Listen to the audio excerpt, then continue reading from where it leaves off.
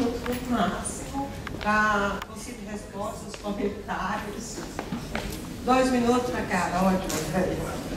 Ok. Na sequência da apresentação, né, a Eliana primeiro, por favor.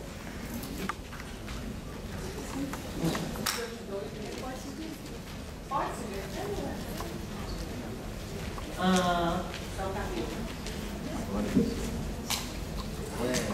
Essa oportunidade de estar aqui, né, de participar desse debate. A Misley coloca a pergunta, eu quero escutar o que o pessoal vai responder, porque é uma questão, né, isso é um desafio que é colocado, mas muito interessante aí o debate que foi colocado, mas só vou dar destaque para a questão que o Liberato colocou, que eu acho que faz refletir, né, a gente reflete nesses espaços, a gente está do lado, junto com esse trabalho dos movimentos, das organizações, né? A gente, diariamente, a gente lida com as contradições, né? Como conseguir avançar nesse processo, né? Esse enfrentamento de licenciamento, acho que já está muito bem colocado, né? Ele foi construído para poder viabilizar, então, toda a experiência que a gente tem nesse sentido, né? Inclusive, com a aval de ONGs ambientalistas que estão aí para poder sustentar esse processo. A gente tem assim, diversos enfrentamentos que a gente teve lá no norte de Minas, aqui com licenciamentos que contaram com a aval de entidades ambientalistas tradicionais da região, né, que articularam por baixo, assim, né. Então é um processo mesmo feito para, né, para poder viabilizar as demandas desses setores econômicos que hoje dominam a sociedade, né? E quando você colocou a pedagogia da resistência, me veio logo uma pessoa, a gente trabalha no norte de Minas, uma militante da CPT, a Zila, né? Eu acho que esse é um dos caminhos. Esse é um dos caminhos. Eu acho que temos que montar processos, estratégias para chegar junto aos grupos, estar junto aos grupos. Né? Porque esse processo que eles vivenciam, às vezes, até com Marijane, né? O processo é tão rápido, que se não tiver lá junto e, no mínimo, tentar protelar, sabe, as ações que já estão pré-definidas, né? Você tem, de fato, ali um processo de expropriação total. Né? Então, eu acho que essa estratégia essa pedagogia da resistência tem que trabalhar com muitas frentes. Né? A gente pode ficar só simplista numa frente, né, que é o trabalho de base, ajuda a comunidade, ajuda ao grupo, é um processo de formação, continuada sempre, para poder entender esses, né? Tem que fazer articulações com organizações da sociedade civil, com a academia, a experiência nossa lá no norte de Minas, como que mostra que isso é importante. Assim, hoje está fazendo diálogo com diversos, né? Às vezes não é com a instituição em si, mas às vezes é os núcleos de pesquisa que tem aí, eu citei, né? Agora no Jequiti, lá no Diamantino, a gente está articulando também com o NAC, né? Então, essa articulação que a gente faz para poder, sabe, criar essas possibilidades de fazer esse enfrentamento, que é também no campo do fortalecimento, do conhecimento desses grupos e também no campo da proposição, né? Porque a gente tem que sair do campo só da denúncia. E quando a gente vai para o campo da proposição, o desafio é muito grande. A gente, estou falando isso porque nós lidamos no dia a dia, a gente trabalha com muitas contradições, às vezes a gente tem que enfrentar as contradições, e às vezes o enfrentamento das contradições, às vezes é trilhar um caminho que a gente acha que pode ser complicado, mas você tem que trilhar eles, você tem que caminhar, né? Então a gente tem algumas ações, a gente sabe que tem contradição, né? Mas se você não trilhar junto com os grupos no processo reflexivo, talvez você não vai ter essa clareza, né? O tempo acabou, mas eu queria dizer, só reafirmar no campo da articulação política, né? Então eu acho que o desafio dessa pedagogia da resistência é essa capacidade, e as questões não se resumem só no local, no regional, tem que fazer articulação, hoje é internacional, né? O planeta exige que nós tenhamos força maior também em outras arenas que estão colocadas, que às vezes a gente não consegue participar, mas a gente consegue construir, né, do campo da comunicação. Então, eu acho que São esse conjunto de frentes, talvez, é que vai criar condições de enfrentamento e que resultados interessantes, exatamente quando a gente conseguiu acionar essas diferentes frentes. Afrânio. Desculpa, não. Mariana.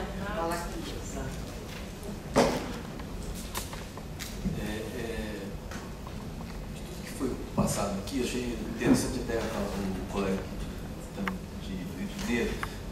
Eu comentei, inclusive, com o problema das desocupações. Eu pincelei as desocupações forçadas que têm ocorrido muito em São Paulo. Isso para chegar na sua pergunta, tá? Eu estou citando um exemplo até que foi mencionado aqui, dos estudos de impacto ambiental, tudo mais, para obras e tudo mais. Nós temos visto em São Paulo um grande número de desocupações forçadas, um caso até famoso, que foi para a mídia internacional, o caso do Pinheirinho, onde 6 mil, em torno de 6 mil pessoas foram removidas da noite para o dia numa ocupação de uma área em São José dos Campos. Veja bem, na cidade de São Paulo, no estado de São Paulo, nós temos uma cidade que se chama Borá, que tem aproximadamente entre 600 a 800 habitantes. Então, quando se pensa numa reintegração de posse, numa desocupação forçada de uma área superior a esse número, por exemplo, nós estamos pensando que nós estamos desocupando, varrendo uma cidade inteira.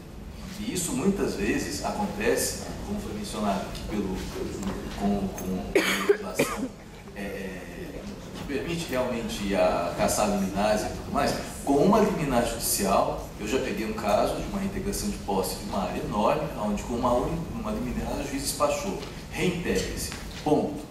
Não houve uma tentativa de conciliação, não se deu oportunidade, então aí vem aquilo que o senhor colocou da ampla defesa, ou seja, as pessoas recebem ou o oficial de justiça ou a polícia com a força com a tropa de choque na porta da sua casa no dia e na hora para ser removido compulsoriamente, e não se questiona por que aquela ocupação ocorreu ao longo do tempo, não se questiona para onde vão ser removidas essas famílias.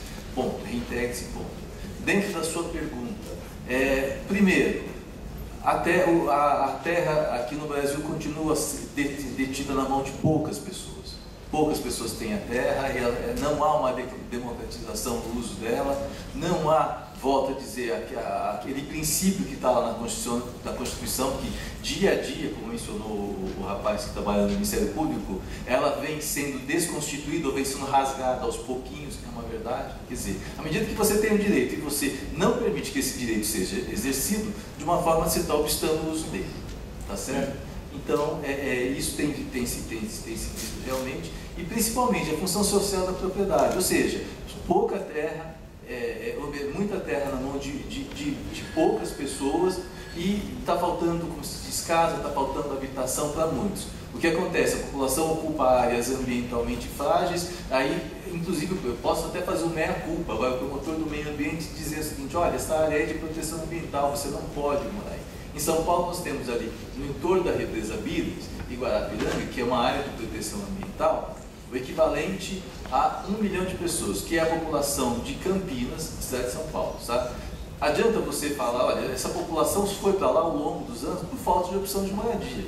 E não vai ser, digamos assim, o juiz com uma penada que vai retirar essa população dali. Mas, ao mesmo tempo, há que haver oportunidade para essa população alcançar o seu direito à moradia. Inclusive, lá em São Paulo, nós estamos promovendo reuniões, audiências públicas com a população, e isso é a população que essencialmente mora nessas áreas, essa população que mora em áreas de risco, a população que mora em áreas afastadas, para a gente discutir o debate de moradia, para levar isso como pauta, tem que ser pauta do próximo prefeito. Não sei se aqui em Minas Gerais vocês viram, mas o debate relativo à moradia na pauta dos governantes, dos prefeitos, quando foi colocado, extremamente tímido, e muitas vezes passado por cima. Não houve debate nenhum.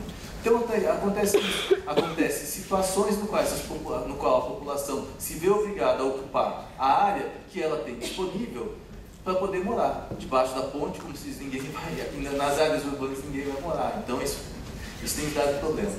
Ainda em São Paulo tivemos um caso concreto, que a gente teve intervenção nossa, onde numa reintegração de posse, um caso raro, o juiz negou para a prefeitura a retomada da área, justamente com esse escopo. Olha, enquanto não se der uma opção de moradia para esta população específica, a população vai continuar habitando aquela localidade. E essa ideia, inclusive, nós lá no MP temos refletido mais na área do urbanismo. Estou vendo até um colega aqui que é promotor também, colega nosso aqui da área de meio ambiente, e nós temos refletido muito com relação a isso, porque o questionamento é até que ponto esses movimentos de luta por moradia, que muitas vezes de fato eles são criminalizados. Eu acompanhei um julgamento no Tribunal de Justiça, numa ação de reintegração de posse, onde o desembargador comentou, olha, ele usou essa expressão, esse movimento de luta, que se diz de luta por moradia. Eu achei altamente discriminador, porque, embora, é lógico, você espera que esse movimento tenha um formato oficial, mas ele não tem mesmo. O formato que ele tem é aquele que ele apresenta. Ou seja, são movimentos que as pessoas se reúnem para lutar por moradia. Quer dizer, o método hoje utilizado, e não se está questionando aqui, olha, de fato, a invasão pode ser capitulada como crime, pode ser inclusive apenada na reforma do Código Penal com penas até maiores. Não estou acompanhando muito bem, mas pode acontecer isso. Mas, de qualquer forma, hoje o instrumento que tem se utilizado para a busca, para despertar no poder público essa necessidade, tem sido esse movimento mais radical, como disse e como mencionou aqui o Frei. E você tapar os olhos e não enxergar a existência desses movimentos também é negar esses direitos. Eu não estou dizendo, não se está pregando, não se faz apologia, mas de qualquer forma não se pode negar. Há uma carência total de habitação no nosso país, em especial nas áreas urbanas, e principalmente esses movimentos, eles têm que ter, volto a dizer, eles têm que ter voz, eles têm que ser ouvidos, e o poder público tem que enxergar, por intermédio deles, uma carência de habitação que a população está sofrendo. Nessa situação em si, só para se fazer bem entendida, não invadimos nada. Eu moro de aluguel, são pessoas que não têm casa, mas que se reuniram, nós somos 5.000 famílias. São 5.000 famílias em Santa Luzia, buscando terreno e buscando fazer pelos caminhos legais para não precisar de gritar depois. A gente está querendo gritar antes. Veja bem, são políticas públicas voltadas para a habitação. É o que tem que ser, é o que vocês estão lutando. É por isso, essa bandeira me parece, né? Essa é a bandeira de vocês. Mas invade logo. Sério. Eu vou procurar ser bem breve, né? Nós tivemos 7 manifestações, né? E eu não vou poder deixar de registrar a minha satisfação de encontrar o Frei Gilvander aqui presente, né? Depois no almoço você conta pra gente como é que ficou a história do vídeo e do feijão, né? Mas de qualquer forma isso demonstra que é possível. A rede de justiça ambiental, ela promoveu uma reação que talvez, depois você confirma, né, te ajudou a você escapar de mais essa, né? Mas satisfação, Frei, de te ver. Das manifestações, teve 3 do Liberato, do Xerém, acho que é isso, né, Xerém? E da nutricionista, que não se identificou o nome, pelo menos eu não ouvi, né? Mas Lisle, desculpe, que perguntaram para mim o que fazer, né? O que fazer, né? A Lisle, ela foi assim, para evitar que esses problemas aconteçam, o que fazer? O Xerém também, como é que ele fala em possibilidade de superar esse quadro, né? E o Liberato, né, falando da pedagogia da resistência e perguntando o que fazer. Né? Acho que essa é a construção do que fazer, ela é um processo social, né? E que aí é uma questão que me parece importante destacar, né? Não tem uma receita, né? Cada situação ela permite que a articulação do movimento social construa a sua resposta, né, para a questão que foi colocada. Mas tem um quadro que o Edmundo chama a atenção, né, que é a questão: que Estado é esse? O que é o Brasil hoje? Né? E eu acho relevante a sua referência, né? Quando me perguntam, né? Ou quando sou questionado, mas o senhor, como antigo filiado ao Partido dos Trabalhadores, o senhor está desapontado? Mas eu não estou desapontado, eu estou indignado com o que está acontecendo, né? É diferente. O desapontamento é uma atitude passiva de quem fica, puxa vida, que coisa. O Edmundo, ele ainda chama a minha atenção, puxa vida, eu demorei para desfiliar. Desde 1990, a política reformista do Partido dos Trabalhadores já se mostrava presente, né?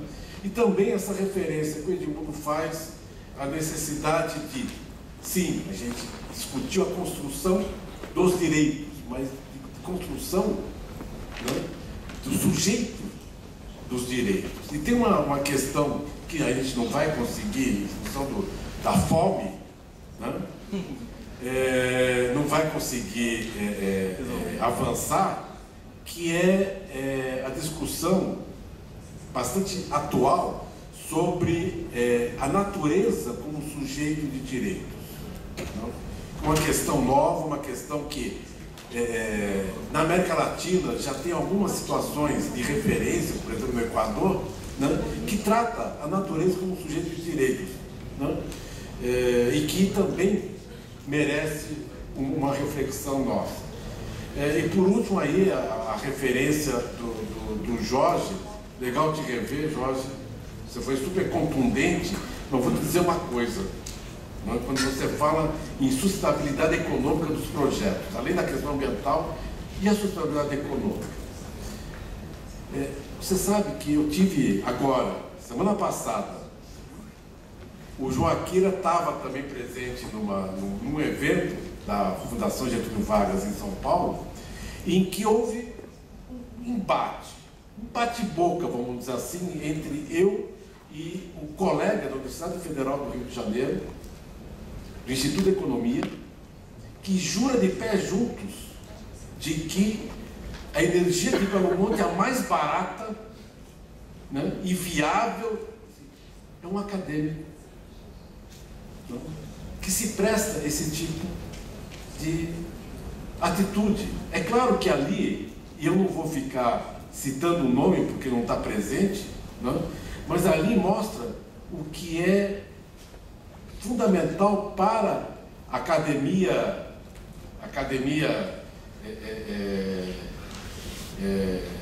moderada hoje faz. E como nós radicais, né, a academia radical, né, ao demonstrar como a gente tem dificuldade de espaço.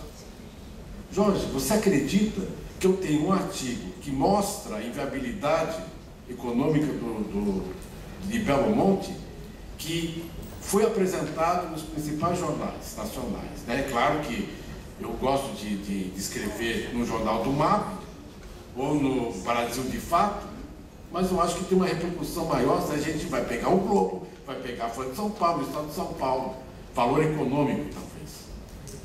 Não me deram espaço. Não me deram espaço. Eu fico até pensando se realmente eu e meu grupo de alunos estamos fazendo as contas certas. Eu estou me duvidando agora se, afinal de contas, estes editorialistas, quando veem, né, a intenção, né, e os números que são apresentados, né, eles deveriam, no mínimo, dizer assim: professor, os números estão errados, é assim, assim, assim que é feita a conta certa. Não. simplesmente é negada a possibilidade de um acadêmico expor de forma racional e lógica a ilógica da política econômica e social do atual governo. Não? O que fazer no final da coisa desse? É continuar, de alguma forma, procurando esse espaço. Não? É isso. Obrigado. Professora Miriam.